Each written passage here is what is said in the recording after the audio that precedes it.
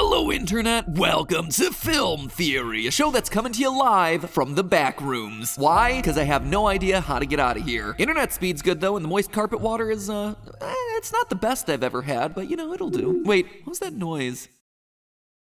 For all of you who are uninitiated, the monotone misery that is the Backrooms began back in 2019 when this image was posted to a 4chan board dedicated to unsettling images. Just an ugly series of rooms, right? No big deal. Well, it came packaged with the following text. Quote, if you're not careful and you no-clip out of reality in the wrong areas, you'll end up in the Backrooms, where it's nothing but the stink of old, moist carpet, the madness of mono yellow, the endless background noise of fluorescent lights at maximum hum buzz, and approximately 600 million square miles of randomly segmented empty rooms to be trapped in. God save you if you hear something wandering around nearby, because it sure heard you. This post immediately got under people's skin. That endless series of mild annoyances that make you feel squicky and uncomfortable. Slightly wet socks, a faint electric buzz, harsh lighting, ugly wallpaper. In short, it is mundane horror, an oppressive monotony that slowly wears you down, mentally and physically. That miserable setting inspired lots of online artists to write their own independent creepypastas, even creating a short video game where you explore the space. But here in 2022, the Backrooms has suddenly exploded in popularity thanks to a new series by VFX artist Pixels, who's taken the basic concept and started to build a full-on world around it. And you know what that means? Lore! Kane's first Backrooms short film takes place in, well, already we hit a bit of a snag. The slate says July 4th, 1990 something, but the description of the video actually has September 23rd, 1996. Anyway, this is probably just because it was the first video in the series. Dates become much clearer as the world gets more and more developed.